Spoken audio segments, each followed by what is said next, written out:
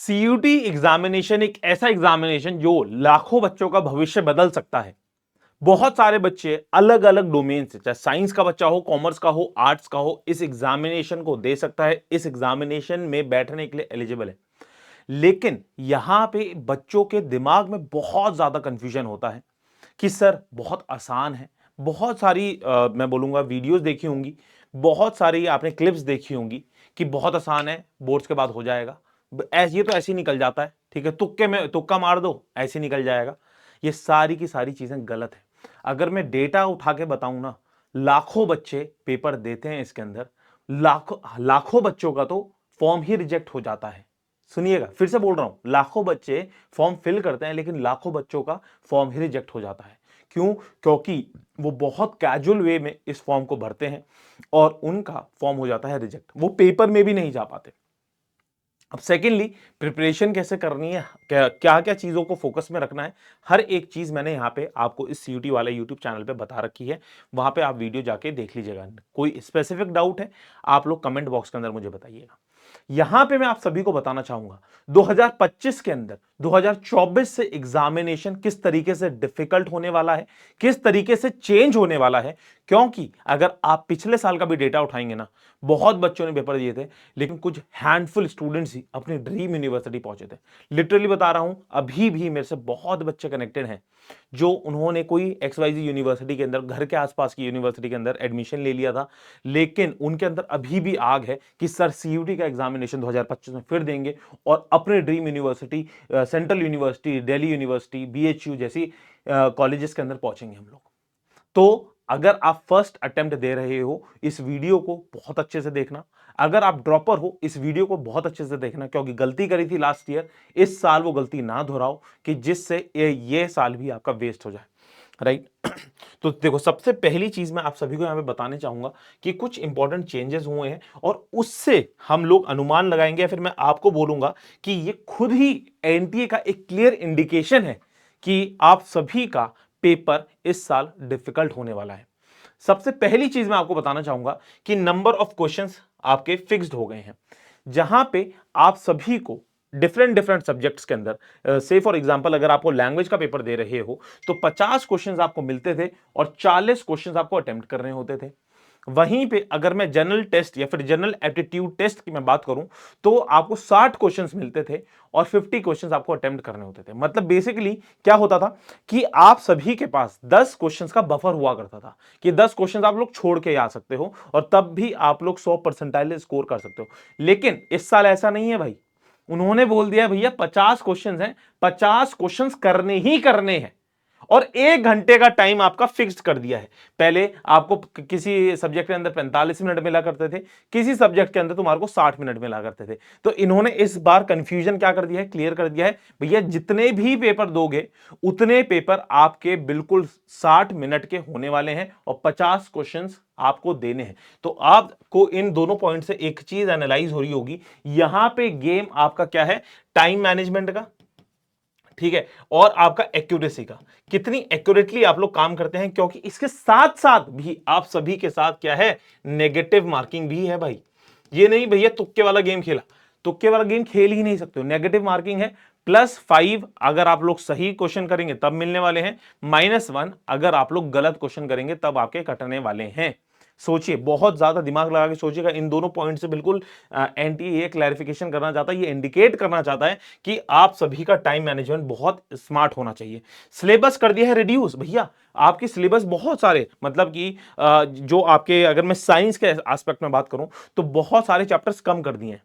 तो सोचो कि सब्जेक्ट कम कर दिए, ठीक है, टाइम आपका फिक्स कर दिया, क्वेश्चन फिक्स कर दिए, तो क्या इंडिकेशन है, एनटीए आपको बोलना चाहता है भाई सीरियस हो जाओ। अब पहले जैसे मजाक मस्ती 2-3 साल सीयूटी के अंदर होती रही ना, वो वाली नहीं होने वाली है। अब आपका पेपर का स्तर ना एक लेवल पे मेंटेन होता रहेगा और वो एक ग्राफ उसका चढ़ता ही रहेगा, वो डिफिकल्ट होता ही रहेगा। राइट? तो अब बहुत सीरियस होकर पेपर देना, और मैं इस चीज को 100% आपको बोलना चाहूंगा कि आपका पेपर इस साल डिफिकल्ट होने वाला है। अगर आप 2022 का पेपर देखोगे तो 2023 से आपका पेपर का लेवल उठा था, 2023 से 2024 में पेपर उठा था, और 2025 में तो ये सारे चेंजेस कर दिए उन्होंने। और ये तो बिल्कुल क्लियर इंडिकेट कर रहे हैं कि आपका पेपर और आपका सब्जेक्ट और आपका टाइमिंग और आपका सिलेबस बिल्कुल स्पेसिफाई करना चाह रहा है एनटीए, राइट। उसके बाद अब आपके पास नंबर ऑफ सब्जेक्ट्स, पहले बहुत ज्यादा बसड़ थी, बहुत ज्यादा भैया, 63 सब्जेक्ट्स के अंदर से आपको पेपर सेलेक्ट करने होते थे। भैया उन्होंने बोला हटाओ सब, जो 3 साल का डेटा आ गया हमारे पास, जो जो सब्जेक्ट्स बच्चे ज्यादा लेते ही नहीं है, तो अननेसेसरी का 2-4 बच्चे 100 200 500 बच्चों को वो पेपर दिलवाने से अच्छा कम पेपर करवाएंगे, अच्छे से करवाएंगे और बहुत ही अच्छा रिजल्ट निकालेंगे, राइट। तो बेसिकली अब आपके पास सिर्फ और सिर्फ 37 सब्जेक्ट्स रह गए हैं, 13 लैंग्वेजेस स्पेसिफाई कर दी हैं, डोमेन सब्जेक्ट्स आपके कम कर दिए गए हैं, और जीएटी तो है ही। और जीएटी की इसी के कारण आपकी इंपॉर्टेंस बढ़ गई है। क्यों? क्योंकि बहुत सारे सब्जेक्ट कराने में ना बहुत ज्यादा ना पैसा भी खर्चा होता था और बहुत ज्यादा ना इश्यूज आ जाते थे। कम सब्जेक्ट्स होंगे तो कम मतलब बिल्कुल एक स्पेसिफाई तरीके से पेपर हुआ करेगा और अच्छी ढंग से पेपर होगा, और जीएटी का पेपर दे दो, सारे के सारे आपके दरवाजे खुले ही होंगे। अब reduce number of the maximum subjects, अब उन्होंने भैया पहले आपके पास सबसे पहले जब बार पेपर आया था 10 सब्जेक्ट्स का कॉम्बिनेशन आप ले सकते थे, फिर आपका 6 ले सकते थे। उन्होंने बोला भैया इतना नहीं लेते, 3 साल का डेटा आ गया हमारे पास, 5 से ज्यादा 4-5 से ज्यादा बच्चा कोई पेपर लेता ही नहीं है।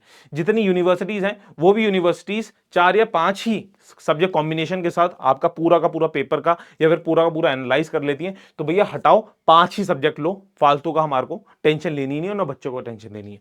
तो आप सभी ये चीज सोचिएगा कि ये एक तरीके से अगर मैं बोलूं तो इधर मतलब इतना बड़ा अगर वास्ट अगर आपका पेपर हुआ करता था, तो इसे नैरो डाउन कर रहा है एनटीए, इसे नैरो डाउन कर रहा है कि जिससे एक स्पेसिफिक लाइन में या फिर एक फोकस्ड पेपर आपका हो जाए और आप लोग अच्छी तरीके से प्रिपेयर करें। और जो एक मन में मनदड़ंग कहानियां है ना, सीयूटी 40 दिन में निकल जाता है।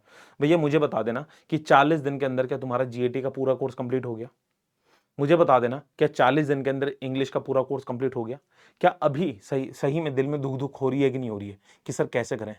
दिन रात सुबह शाम मेरे को ना लिटरली बच्चों के फोन आते रहते हैं कि सर कैसे करें, स्टैटिक जीके पढ़नी है, करंट अफेयर्स पढ़ना है, जीके पढ़नी है, क्वांट समझ नहीं आ रही, रीजनिंग करें कैसे?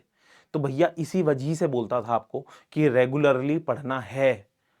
ये बेवकूफी है बहुत ज्यादा, एक मैं बोलूंगा मिथ है आप सभी का कि सीयूईटी का पेपर 40 दिन में निकल जाएगा।